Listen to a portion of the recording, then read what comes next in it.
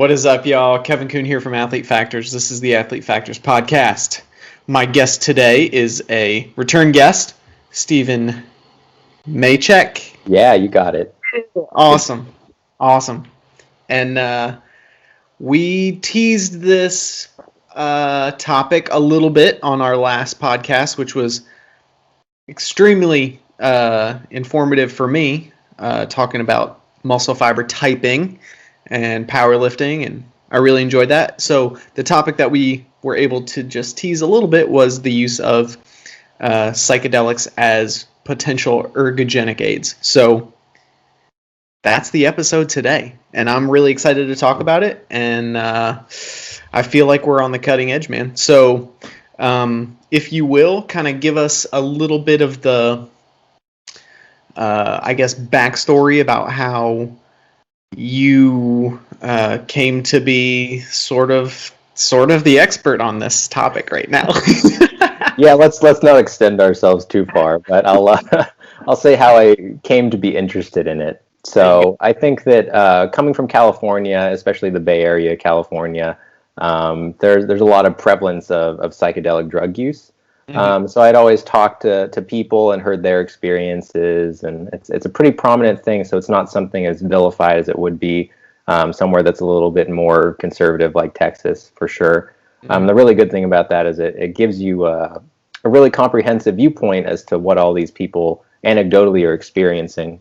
So I kind of wanted to delve a little bit deeper into the empirical body of literature on this.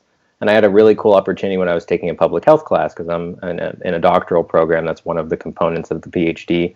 So I decided for my public health class to study the decriminalization of psilocybin mushrooms. And if anyone's not familiar with that, there are, at least to my knowledge, 3 cities that have decriminalized, which is not the same thing as legalization, which drives me bonkers every time that people say that it's the same thing. But Denver, Colorado was the first, and then I believe it was Oakland, California, which actually was right next to SF State where I went, and then Santa Cruz, California. If you've ever been to Santa Cruz, that makes a total sense. The beaches are great, I mean, if you were to do anything extremely illegal, I mean, out on the beach, I don't think anyone would be there to really catch you. Be a good place to do it. Yeah, exactly. This was just a paper where I was delving into a lot of the research, and as we'll come to talk about, there really isn't a whole lot.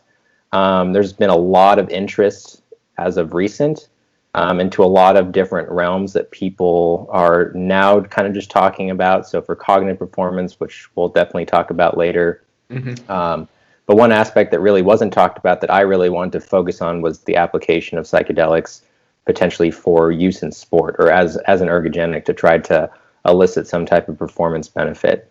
So I kind of wanted to delve in and see, is this possible? Because if people are doing it for cognitive performance, the kind of trend in supplements right now is that if it can boost your cognition, it can also boost your athletic performance, and vice versa. So people are taking things like caffeine to be better in athletics, but they're also taking it because they need to study, or they need to improve their productivity, or sometimes when they're gaming. Like professional gamers do a lot of stimulants nowadays. So I wondered if there was an intersection there. Yeah, nootropics are huge within the past, I don't know, maybe 5 years. I feel like they've really taken off, and they're just a whole category of supplements that there wasn't a whole lot of research and data on, but the industry was like, hey, this is the newest thing. And then, like you said, professional gaming was on the rise, and so a bunch of these companies just started snagging up all of these things that maybe work and maybe don't work, and maybe help elderly people with memory. And so they're like, hey, let's just throw a lot of that in this energy drink and see what happens. So yeah, I've seen pre-workout formulations that are literally the exact same formulation, but they'll just slap another label on it. So instead of like Pump 2000, it's like Gamer 2000 or something like that. Mind Pump 2000. Mind Pump. There you go. Yeah, Mind Pump. I'm gonna steer clear from those. But anyway, so I've been fairly interested in this, in the topic of psychedelics. I've never personally tried them, but just the idea of them is very intriguing to me. I've read a book by Michael Pollan. I believe it's called How to Change Your Mind, and he talks, quite a bit about how really the scientific community is starting to shift and to really study these things, because there's huge potential for helping people stopping smoking, and for changing people's perspective about death when they're, like terminal cancer patients. Like, it's really, really amazing stuff. And kind of in the back of my mind, it's always been like, okay, if there's benefit there, and then I heard about microdosing. A lot of people in Silicon Valley doing that just to improve efficiency and things like that, and which was also in your paper. I was just like, at some point, it's gotta kind of drip into the sport performance realm if it works, if there's benefit. So if there's a cognitive benefit, then there's going to be, some sort of change on people's ability to mentally focus and apply themselves, their whole neurological system while they're training. So, so you mentioned before we started recording that after publishing this paper, someone reached out to you because you were the expert. Can you tell us a little bit about that? Like I said, definitely not going to overextend and say that I'm the expert. And I was very clear when I was talking to this individual who was interviewing me that I'm not an expert. But pretty recently, they actually came out with an episode on Real Sports with Bryant Gumbel on HBO about psychedelics for not necessarily sport performance if you're watching this, but the focus was on athletes that had previous injury and like CTE, TBI, things of that nature. Previous addictions, being addicted to opioids and other painkillers, and how they basically, because of just the nature of professional sports and beating you up over time, a lot of these people were contact sports professionals, so they were in football, they were in hockey, they were in MMA, and I think, most people nowadays are pretty privy to what that can do to the brain, being a professional in those sports for years and years and years. And so they were just talking about how those psychedelic experiences that they had tried were really, really formative in who they are now, in terms of they had allowed them to kind of break that cycle, for lack of a better term, to get out of those patterns of depression, get out of those patterns of pain, and relatively fast too. That's the kind of really cool thing about the psychedelic experiences that you see, not only in the anecdote, but also in the research, is that a single dose can actually have lasting benefits that last for months and months and months, which is something that you absolutely do not see with conventional allopathic medicine. But the thing is that I'm not trying to create a divide between conventional medicine and more like holistic psychedelic treatments. There's a lot of caveats in place and a lot of context in place, and I think where they were trying to go was really trying to be hyperbolic about the situation and really emphasize it.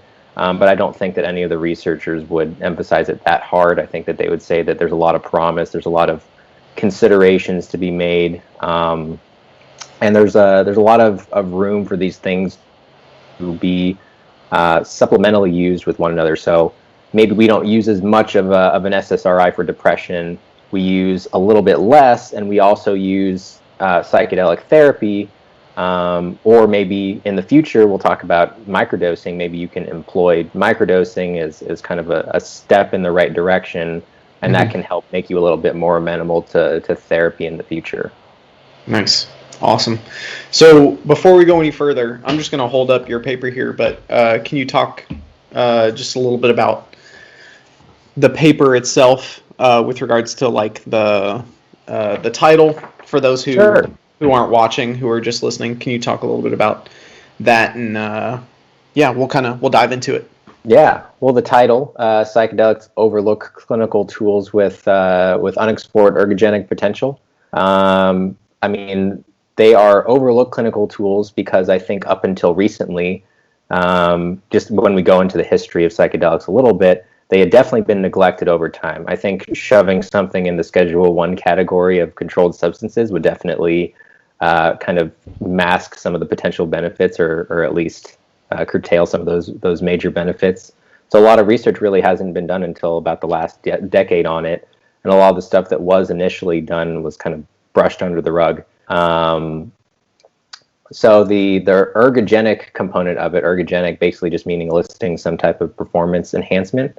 The idea of the paper was to kind of give a brief overview of the history of psychedelics, and then talk about microdosing practice, and then kind of intertwine those two things together, talking about how the combination of microdosing practice and or larger psychedelic doses could actually be beneficial for athletes in a lot of different contexts, not just pain management, not just attenuating depression that they probably have accumulated through the continuous, TBIs and whatnot that they've accumulated, but also actually benefiting their performance. And there really wasn't much out there for me to pull from. Mm-hmm. There are a few articles that were actually written. There's one article in particular that was written by MAPS. I don't know if you've ever heard of MAPS before.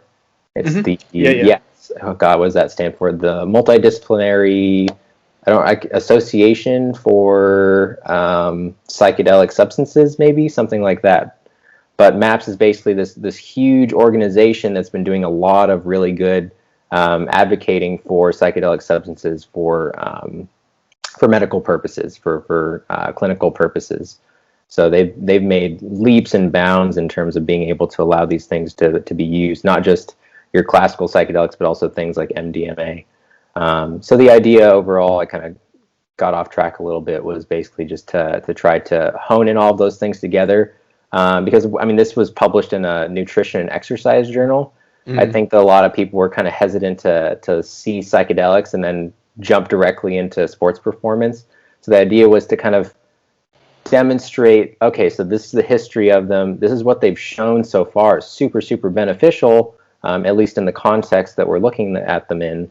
Mm-hmm. Maybe we can actually use these, at least maybe in a micro dosing scenario, to be able to get some performance benefit.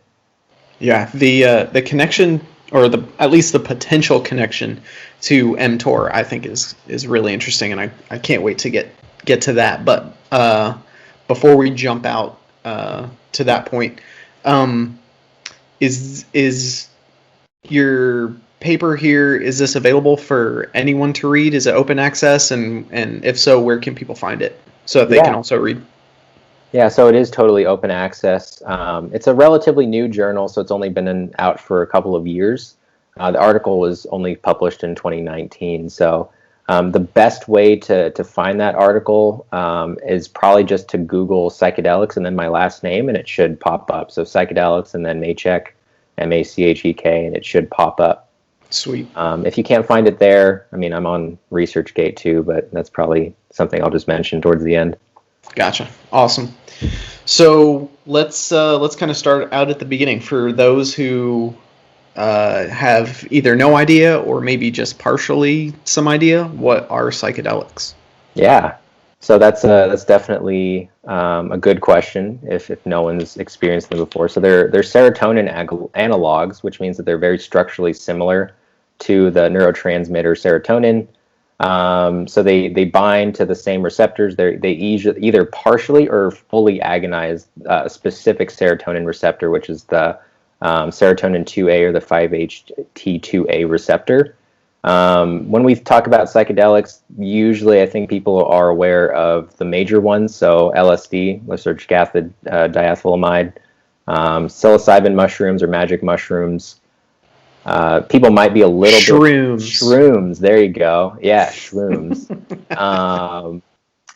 Some people might know about peyote, or mescaline is the chemical compound. There's also some other ones. If you've ever seen Hamilton's Pharmacopoeia, I highly recommend that show. It's really cool. He goes into all of the different analogs there. So like 5-MeO-DMT that you can basically get from kind of condensing and drying the secretions from the Bufal varius frog. You can That's go. weird, man. It is really weird. If anyone ever watches that episode, I had no idea how they actually extracted the toad venom. But basically, what they do is they just take that toad, and they do this in the most respectful way possible. So I don't think there's just people going out there like crushing toads in between their hands, but they'll just apply a little bit of stress to the toad inside of a glass container. It'll squirt its stuff out, and they'll dry it out and scrape it up. And then you just condense it, and I mean, I don't know how to say this any other way. They smoke it in a crack pipe. So, How nice. Yeah. So people have hallucinations. That's what I think people generally understand about psychedelics. They're hallucinogenic substances. If you consume enough of them, you will have visual distortions. People talk about this concept of ego death, where they actually lose perception of their self. If you take enough of a psychedelic, some of them are a little bit more potent in dose than others. So something like DMT, which Joe Rogan really popularized, and a lot of people are a lot more aware of nowadays. People will go to South America to drink ayahuasca, which historically has been used by South American cultures for a really long time. But that is probably like the ultimate psychedelic experience that you can have without taking just like a crap ton of the other ones. Because it is DMT. It has a little bit more of a pack to it than the other ones. And you often hear a lot of people undergoing visual hallucinations, different perceptions in their body. So visual distortions, all that stuff. Yeah. Every time Rogan talks about it, he mentions it's like getting blasted off into space. Like he's just like 1 second you're here, and then you're like somewhere else. Yeah. It's fun to hear him talk about that stuff, because DMT is one of those things. Like I would be interested in potentially doing that in the future once there's a little bit more information available on how to safely do all that stuff. And in the you never know, in the next 10 years it actually might be completely decriminalized and you wouldn't have to go all the way to South America to do it. But it just sounds like it would basically be like a very mind altering experience, very very impactful experience in your life. Yeah, I remember reading, I think it was out of the Mayo Clinic, the studies where they were looking at smoking cessation, and then also the studies looking at terminal cancer patients just kind of having a much better view on their unavoidable, very, very soon, death. And I believe the majority of them said, like, just after a single dose of, I think they were using psilocybin, one of the most profound experiences of their life. Yeah. Like the, top 3 or top 5, like getting married, having kids, and then this trip, right? Yeah. So I think, it's so interesting because it can be so impactful. I think we've got to the science community needs to take this seriously and not stop avoiding it just because because it's taboo. Right. So what's really interesting, sorry to cut you off, is it's good. They have a recent survey study of people that were microdosing. And I'm kind of jumping forward here, but microdosing, you're basically taking a tenth of the dose. So it's a sub-threshold, non-hallucinogenic dose. And these people were still reporting, I don't remember the exact percentage, but it was, I think, somewhere between like 10%, maybe a little bit lower than that, were actually saying that it was still one of the most prominent experiences they've ever had in their life. Wow. And I think that lends to the fact that it's not just the visuals that you're getting. It's not just like being blasted out of your body. But I think there's mechanistically something that's going on that's rewiring some of those neural networks in your brain. That's kind of just shaping your mind and your perception a little bit differently. I think when we experience really big changes, things that are really shocking to us, those are the situations or the memories that are the most kind of solidified. Mm-hmm. No, I definitely agree. When you're no longer just thinking about yourself, like Right. when your ego is stripped away, and then you're like, able to look at, situations in life where you're not being so selfish, like Yeah. that can change you, I think. So let's talk a little bit about the history of psychedelic use, and maybe a little bit about why it's been under-researched, why it's so stigmatized. Sure. So as I had kind of alluded to before, psychedelics have been used for centuries. So you can date it back all the way to South American tribes using it, back to I think it was the Aztecs who actually used it. They have historical reports of them consuming mushrooms that would cause kind of illusions, visual illusions, things of that nature. There's reports of Greek athletes actually consuming psilocybin mushrooms before they actually went into, started getting into the arena or whatever.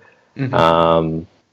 I think a lot of the Native American tribes, certain Native American tribes, have a pretty rich history of consuming peyote cactus for religious reasons. Mm-hmm. And I guess where we kind of should start in terms of the research is when Albert Hofmann discovered LSD, kind of serendipitously in his lab in the mid to early 1900s.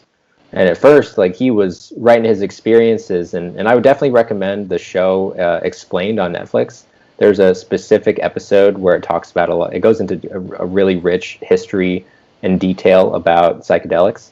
Mm-hmm. And so they talk about his experience a little bit. He was writing down things because he actually ended up taking probably like 5 times a normal hallucinogenic dose that people would take nowadays. Mm-hmm. And he was describing all of the nausea and distress that he was experiencing.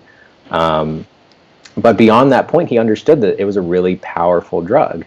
And he understood that there could possibly be some clinical application to it.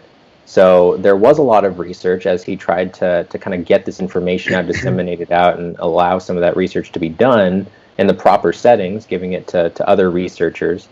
But around the time that the Vietnam War happened, obviously there were some anti-war sentiments, and also there was the kind of psychedelic age of the 60s where people got really into recreational drugs, not just psychedelics, but also weed, other things as well. But when Nixon called out that drugs were public enemy number one, and then decided to pass the Controlled Substance Act in 71, that's when it put just like a massive stop on all of the psychedelic research that was taking place. So a lot of these people that were advocating for it in the media made complete 180s. They went from saying that these things are the drugs of the future to saying that these things are literally killing our minds. They're literally just destroying our brain cells. And so much funding went into trying to stop the use of all these drugs, not just the addictive ones that I think people are really familiar with. Like, obviously methamphetamine and heroin are really addictive substances. Mm-hmm. But when you start talking about lumping in psilocybin, lumping in LSD and all the other psychedelic compounds in with all the others, that's when we start to get a little bit more myopic. But that's also why literally there hasn't been any research on that stuff in, since the 50s, 60s time. Mm-hmm. It just kind of shut down, and then for 40, 50 years, it was just nothing. It really wasn't until I'm not entirely sure of the major sequence of events, but I definitely credit a lot of it to like Rick Doblin and the MAPS Foundation for really trying to advocate for the use of things like MDMA and psilocybin and LSD for therapy, for clinical purposes. Yeah, I think I believe they were trying to follow kind of a similar path that was laid out for the use of marijuana as medicine, And I think they were kind of using that, this path is pretty much already paved. We could reinvent the wheel, or we could just. So I don't know if that's 100% sure accurate, but I believe that Michael Pollan mentioned something like that in his book. So once research started up, like you mentioned, it was kind of more on the treatment side, on the medical side, let's say. So what were the specific areas where psychedelics were being researched? Yeah. As I kind of talked about before, as supplemental therapies for things like depression, so used in conjunction with SSRIs or selective serotonin reuptake inhibitors. There's also application in PTSD. There's some really interesting research where they actually used mice and they conditioned them to be afraid. They basically used like normal conditioning methods to make them associate a noise with an electric shock on their feet. And so what they did is they used, I think it was DMT at that point, and they noticed that basically a few days after the treatment, that when they used DMT, the mice that were given that versus the control mice actually didn't have the same kind of freezing reaction as the control mice when they exposed to that sound. So it was really interesting. They call that fear extinction. So it's a really cool thing. Other aspects, addiction. I think you talked about alcoholism and tobacco use. Some other ones. OCD is another really big one too, obsessive compulsive disorder. So what they're kind of finding out is that a lot of these different psychological problems are rooted in serotonin receptors. So an abundance of serotonin receptors, either because people are having a reduction or too much of that particular neurotransmitter. There are probably many other different things that kind of conflate with that, but they found that people are much more amenable to the different therapies when they administer these compounds like psychedelics that are able to, basically the term that they use is tachyphylaxis. So they administer these psychedelic compounds or analogs of such, and it actually takes that receptor number and massively downregulates it, which is what you'll see with psychedelics. So if you were to take, this is what actually really differentiates psychedelics from other really, really addictive drugs. So if you were to take psychedelics today and you took it again tomorrow, the effectiveness would be cut in half. You take it again the next day, it's cut down to a quarter of that original effectiveness. And that's just kind of inherent to that phenomenon of tachyphylaxis, right? So if the actual compound isn't able to bind to its receptor, it's not going to be able to elicit those same effects.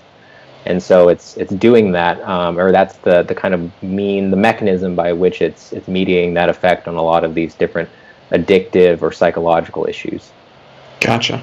That's really interesting. And that's one of those things that I also find very interesting is you don't hear about, like you hear about people who use marijuana like on a daily basis, like all the time. Like I knew a guy, he'd wake up, roll out of bed, boom, he was on it, and then intermittently throughout the day, every couple hours, that's just how he lived his life, and he didn't want to do anything different. You don't hear about people doing that with LSD or with mushrooms. Like it's usually like the one person that I know who really enjoys mushrooms, like maybe once a year or once every 6 months. He's like, it's afterwards it takes me about 6 months to process what just happened to me. Like I always like to tell people that there's like a spectrum of drugs. So you have stimulants, you have depressants, and then I like to lump just kind of psychedelics in the middle there. So the stimulants are going to bring you up. This is your continuum, right? So stimulants are going to bring you up. Depressants are going to bring you down. Psychedelics don't really do either of those. They kind of shift you just to a different plane, right? So it's not like you're being brought up or being brought down. It's not numbing you.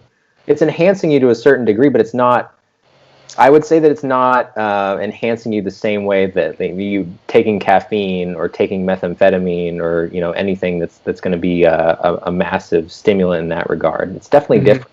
And I think that because it's so different and these experiences are so profound that people just have more respect for the compound in itself, or the Mm-hmm. compounds in themselves.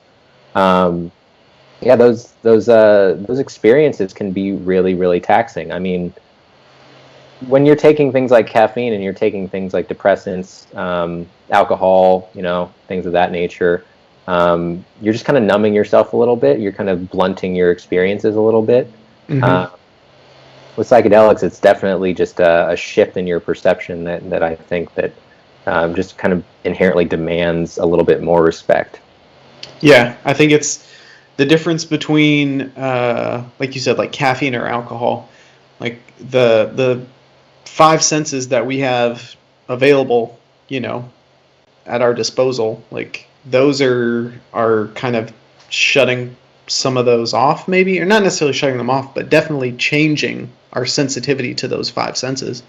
And the way that people talk about psychedelics, it's like you gain additional senses. Like Yeah, you're not numbing any of the senses you have. It's like we can't fully process all of what reality is all the time. If we had access to all of these senses, we'd go crazy and kill ourselves. But it's like, you know, these little bits of time where you can access that. It's like it shows you that we really don't know completely, you know, what reality fully is. So, yeah. There's some people that kind of equate psychedelic use to like a crash course in meditation. So the ultimate goal in meditation is to really introspectively look within oneself, but it's to mainly focus on what's actually going on versus what's going on in my head. What are the things that I have to do? What are the things that I have done, and everything that I need to do forward from there? It's not about that. It's about living in that specific moment. And masters of meditation, which I am definitely not, will talk about how being really introspective can kind of tune you into senses, like you were saying, that you weren't really familiar with, or at least kind of give you perceptions that you wouldn't otherwise be able to access. And so different books too have actually talked about that. Albert Hoffman, I can't remember the name, but there's a book called Paradise, I think, or Island. It's Island. Yeah, by Aldous Huxley. My bad, I completely messed that up. But that book actually, it was mainly about a like an alternate kind of island where everything is utopia. But one of the ways that they actually reached that utopia was they would often imbibe this. It was essentially magic mushroom drink, and it kind of gave them the perceptions to work a little bit better with one another and interact a little bit more meaningfully with one another at the same time. So it was a really interesting book. nice. Um, I completely forgot what I was going to just ask you. My bad, I probably interrupted you. No, it's all good. If I think of it, I'll interrupt Sure. you. Uh, That sounds good to me. I need to be interrupted. so let's circle back to the differences between like a full dose and microdosing, and what are the benefits? What are the trade-offs between the two? Yeah, roll. Yeah. I think the first thing I should mention is there really isn't a whole lot of evidence on microdosing. There's definitely not a lot of research as a whole, but I would definitely say the smaller percentage of the research that exists is in microdosing. I think that's where we're definitely headed in the future. But a lot of that interest was kind of garnered through the kind of increases in productivity that a lot of people in Silicon Valley kind of tout. So a lot of them are using it for better concentration. So the focus involved with that, more creativity, problem solving, different mood enhancements. These people are touting all those different things, and I think especially in Silicon Valley, where you have these like coding puzzles, for lack of a better term, that are in front of you, or you constantly are commissioned to come up with like a new way to pose the same type of platform over and over again. It kind of requires you to kind of think outside the box. Mm-hmm. And especially when you're doing you're working in that kind of stressful environment, it might actually be really difficult to try to put yourself outside of the just typical box. Yeah. So that's the first thing I wanted to mention. But a microdose is a sub-threshold dose, so it doesn't elicit a hallucinogenic effect. So it's typically about a tenth of a normal dose. So very, very small amounts. And I guess the main benefit of that is that you don't have the risk for the kind of bad trips that a lot of people talk about.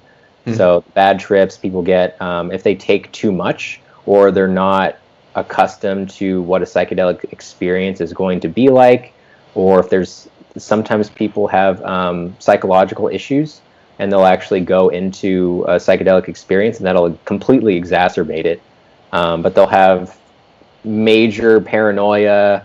They'll have some actual literature is actually described like this feeling that there's this greater malicious evil that's kind of like bearing down on them, which is frightening, especially because you're hearing about that in like a scientific paper, right? You know, when there's no real good way to explain that. Yeah. But that's one of the main benefits, and it seems, at least preliminarily, that people are experiencing some of the same benefits. So reducing incidences of addiction, whether that be tobacco or alcohol, whether that be reductions in obsessive compulsive behavior, the PTSD that I was talking about. A lot of that stuff has demonstrated that these sub-threshold doses can actually achieve similar effects.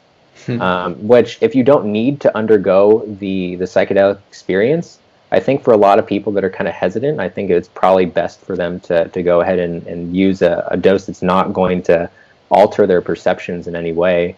And if we're talking about sport specifically, I think that there's definitely an application there, because you don't want a full psychedelic dose, which is going to alter your reaction times and your perceptions, make you a little bit more, at least outwardly lethargic. So not like, you may not feel lethargic, but your body's not moving the same way that you would want it to. But that's not to say that there isn't a benefit to the full threshold doses of psychedelics where you actually do get that hallucination, because that hallucination itself has been touted as being one of the main components that make people a little bit more amenable. We talked about how the experience is so profound for people. So I think that kind of being blasted into something else, having this like massive change shift in your perception, kind of allows you to be a little bit more suggestible to some of the therapy that you could get. So they'll have therapists on research teams that are actually guiding you through these experiences. It's not like your typical drug experience where you take the painkiller, you go away, it's expected that your pain's going to go away the next time that you go to the doctor. Whereas with psychedelic, it's not like a switch. It's not like you take the drug and they expect everything to just be fixed automatically. You have people there to kind of work through the issue with you. And because it's that full psychedelic experience is really breaking apart some of those. So what it's actually doing is it's reducing blood flow to specific areas of the brain. And by doing so, it's creating communication between different areas of the brain that normally wouldn't. So it's forming new neural networks. And while that formation is going on, that's a great time to be able to kind of sculpt that with the suggestions of people like therapists that might be able to kind of guide you in the right direction. And that way it doesn't just reform back to what you've been doing. It's kind of like mobility work, right? You can stretch all you want. You can do the thing that kind of undoes whatever negative neural tone you have. But unless you introduce good movement into it, it's not going to solidify. Right. That's probably the best example I could think of. Yeah, for the viewers and listeners, that should make a lot of sense. Just because, that'll be the one thing I say today that makes sense. Nice, but no, that's a really good analogy. It makes perfect sense to me. Awesome. Yeah, you can apply a certain type of stimulus all you want, but until you're applying, like you said, good movement, quality movement, until you're correcting things, you're not really giving the body any reason to maintain this access to these new ranges of motion, let's say. Right. Exactly. So do you think it's because of microdosing that there's this potential shift towards ergogenic benefit? Like, in other words, like I personally didn't think that there would be too much of a benefit for an athlete to take a full dose, around the training window, around the competition window, because, like you said, you're probably not going to look alive out there, as they say in sports, right? So, so do you think, aside from like the acute performance benefit, like maybe the full dose can, within the course of, a macro cycle, maybe we can get some change, or post injury, something like that. Like, let's kind of set that aside. The microdosing, do you think that it was because of all this anecdotal evidence, let's say, that it was improving creativity, that it was improving work efficiency and work output, and those things, that it's kind of shifting and bleeding over into sports? Like, I know Rogan mentions that a lot of MMA and Brazilian Jiu-Jitsu athletes are using it because they feel creative when they're moving. They feel, like they can work harder. They feel like time slows down. They feel like they're kind of in the zone, let's say. Yeah. So do you think it's because of the microdosing that it's becoming anecdotally more popular in sports?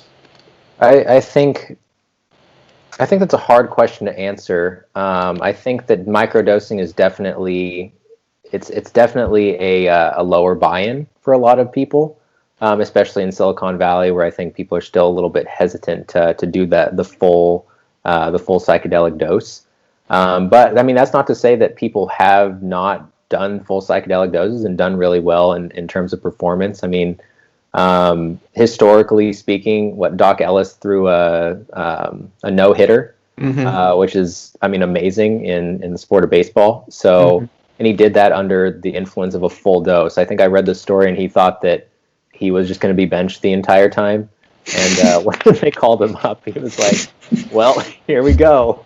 Half the time he couldn't. He said that he couldn't perceive where he was throwing some of that time. But no way. Yeah, it's crazy to hear about that. But and he was on LSD, right? Yeah, he was on LSD, which I think is absolutely bonkers. But there's this really good article. I actually have it printed out. It was a MAPS article. It's Psychedelics and Extreme Sport. So they talk about how these kind of like clandestine sportsmen are going out there they're surfing on full doses of LSD. They're climbing mountains on full doses of LSD, which, I mean, they're not necessarily going out there and competing or anything like that, but there could be some benefit to going out there and just kind of experiencing the environments in that sense. But they also talk about how they use these psycholytic dosages, which are basically microdosing doses, to kind of take advantage of the benefits that psychedelics offer. So we haven't really talked about it yet, but there's benefits related to fatigue. So a lot of these people feel like they are more in the zone. They're more concentrated. And part of the reason for that is because it's reducing blood flow to this area called the default mode network, which is comprised of these 3 different brain regions, which I probably couldn't name if you asked me to name them right now. But those brain regions are responsible for things like social attributions and ruminating thoughts. So you're not thinking so much on, like, oh crap, am I going to be able to climb this mountain? Like, what happens if I fall? Things like that. Or like, previously I haven't been able to climb this mountain, or I haven't been able to pitch a no-hitter, right? And you start thinking about, or you're not thinking at all. You're just in the zone. You're in Mm-hmm. flow state, right? And I think that flow state is basically just like what people talk about in a non-athletic environment when they're, like playing the piano or they're at work, they're writing, things like that. Yeah. So I think there's application for both, definitely. I think it kind of is up to the individual. I definitely wouldn't recommend that someone go and try to, compete with, where their profession is on the line on a full dose of psychedelics. But I definitely think that they could on a sub-threshold dose. But overall, I mean, that's up to how you perceive that. So if you end up actually taking it, because obviously it's been done with Doc Ellis, right? So it's possible. Yeah, that's very interesting. So let's talk a little bit about the potential effects of psychedelics on increases in non-adipose tissue and how that relates to mTOR, and if you will, give us the Cliff's Notes version of like what is mTOR, how does that relate to muscle protein synthesis, and Sure. how does that relate to sport performance? Yeah. So mTOR is kind of like your master regulator of protein synthesis. A lot of things can affect mTOR. Muscle contractions can affect mTOR. I think a lot of people are aware that protein ingestion can affect mTOR. Basically, all that mTOR means is if we increase muscle protein synthesis, hopefully that means that can be translated into greater muscle mass. So as you kind of alluded to, there was a study that actually showed that administration of psychedelics caused a non-adipose gain in weight for mice. So this was in mice, and a lot of the kind of cellular mechanisms that we can tie back to performance or at least muscle gain are either in mice or they're in vitro studies, so in cell culture studies. So there's nothing in humans as far as I'm aware.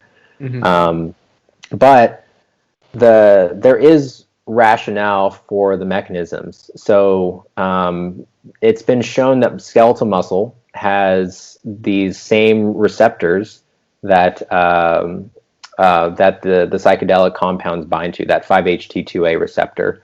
And they've seen that the binding of these compounds to that receptor, or serotonin to that receptor, can actually increase pathways like the mTOR pathway, can increase pathways like the MAP kinase pathways, so related to cellular proliferation and differentiation and cell migration, all that stuff. Even increases in PGC1 alpha, so especially for individuals that are interested in aerobic endeavors. I mean, we can see increases in mitochondrial biogenesis, which means that our oxidative capacity could potentially go up.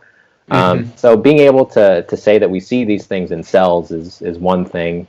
It still needs to be shown whether these different changes can be elicited in an in vivo environment within a living creature. It's kind of a stretch for me to say that, because that those mice gained weight that was non-adipose tissue, maybe it was the mTOR that was increasing their muscle mass alongside the ERK1/2 pathway.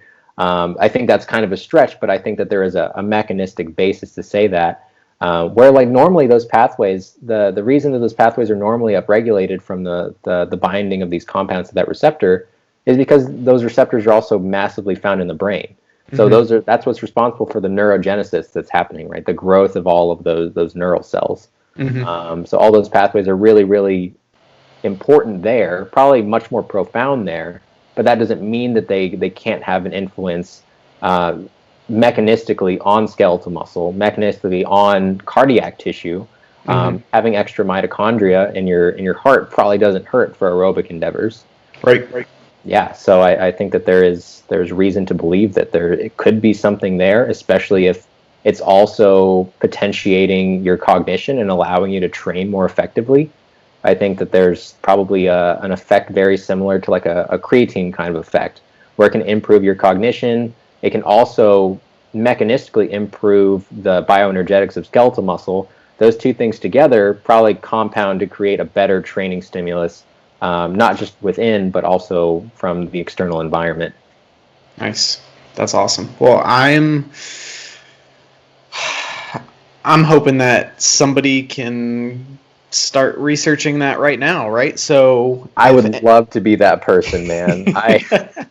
When I had that interview, I kept saying, like, I'm not opposed to doing that research. It's just I can't even imagine how many hurdles there are to being the person that starts that research. I mean, I talked about it before, but when you do psychedelic research, it's not just like, you wouldn't just be able to come into the lab and then we give you small amounts of magic mushrooms or LSD. You need sufficient screening to make sure that you don't have any pre-existing contraindications when it comes to your psychology. Right. You need to make sure that that there's someone that is either certified or licensed to be able to guide you through some of the psychiatric issues that might exist. You know, if you do have an adverse effect, like, you need to be able to be calmed down from that. You need to be appropriately instructed on what the compound can do before you go ahead and ingest that. It's not the same thing as a supplement. Yeah, I'm sure like you said, the hurdles there. I'm sure just legally there's a ton of hoops you got to jump through, but then for safety reasons and yeah, there's a whole lot of I's you got to dot and T's you got to cross, and you definitely got to. Yeah, I'm sure it's not cheap, but Definitely not. I think there's a ton of questions there that we just don't have answers to yet, and I think it's worth trying to get those answers. I think so too. Like I said, if like Rick Doblin is listening to this and he wants to, grab me and have me start my own lab somewhere, I'm not opposed to it.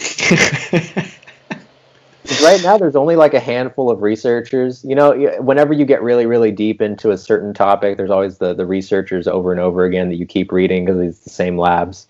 Yeah. For this, it's like Roland Griffiths out of Johns Hopkins, and then Cal Hart Harris out of the UK. So those are the two main ones that usually come to mind. I'm sure there's plenty of others, but those are the two that I also see. Ones. Yeah, exactly. Really, really cool opportunities, and they're kind of pioneering that area right now. So we've kind of talked specifically about performance and the ergogenic potential there. So let's shift into, let's say somebody's got an injury, or somebody is coming back from surgery, something along those lines. Where do psychedelics fit into potential benefit there? Yeah. So I think the main benefit would be either kind of working supplementary to supplement existing therapies. So I think most people that are listening to the podcast are going to have some idea of the contraindications of NSAID use.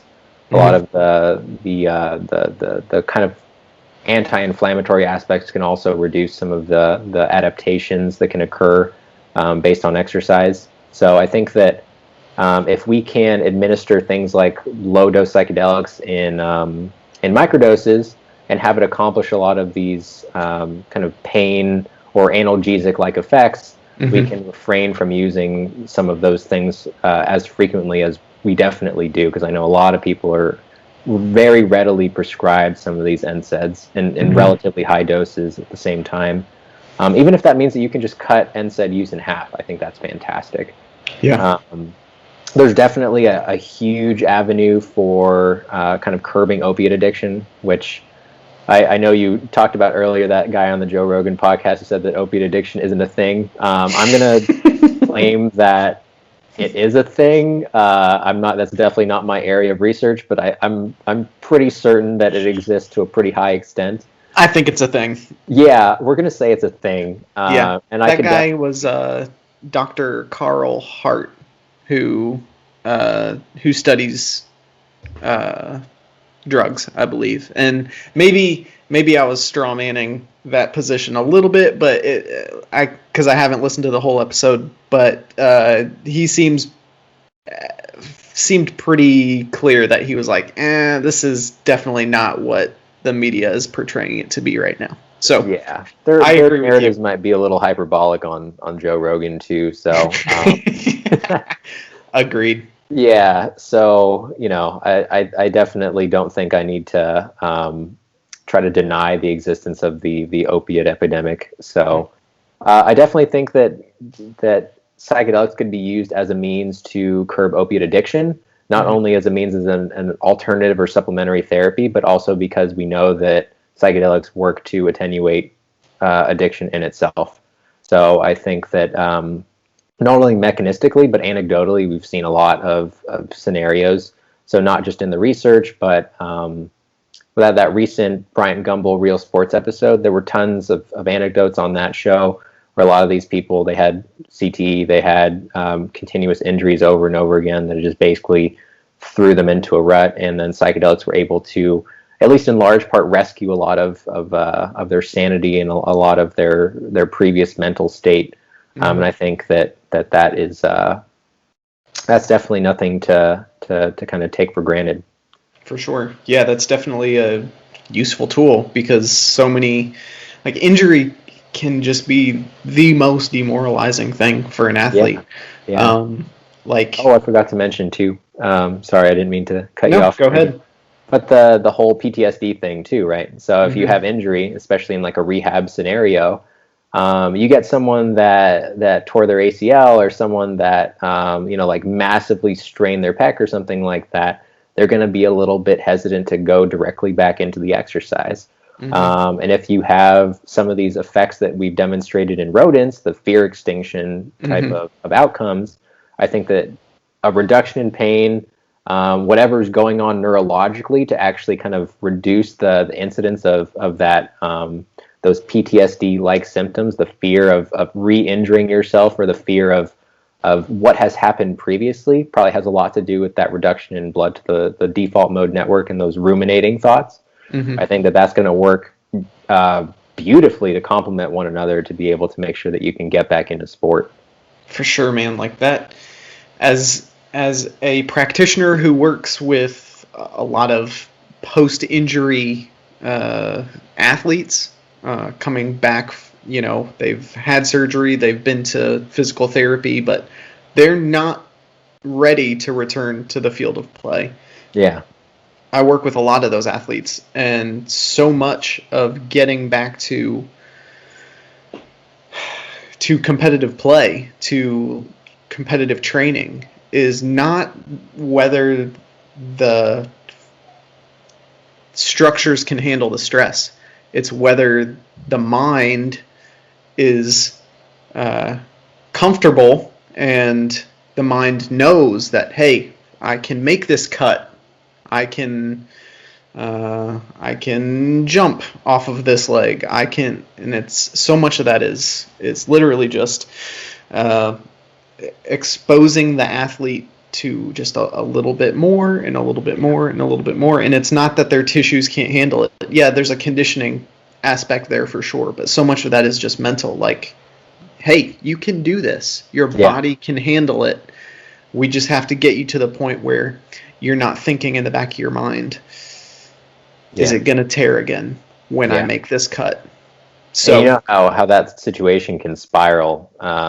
You end up thinking you can't do it anymore. You start avoiding certain movements. You start avoiding other movements because you're not doing the previous ones. And then you just end up with an extremely deconditioned athlete, which, at the end of the day, that's going to be the most deleterious thing for them, especially if they decide to go right back into sport. They go from a long period of not doing anything to trying to go back into doing it. Even just kind of dipping your foot in, your risk of injury is going to go up exponentially.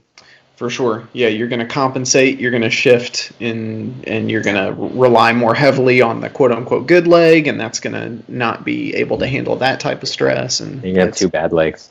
Exactly. That's no bueno.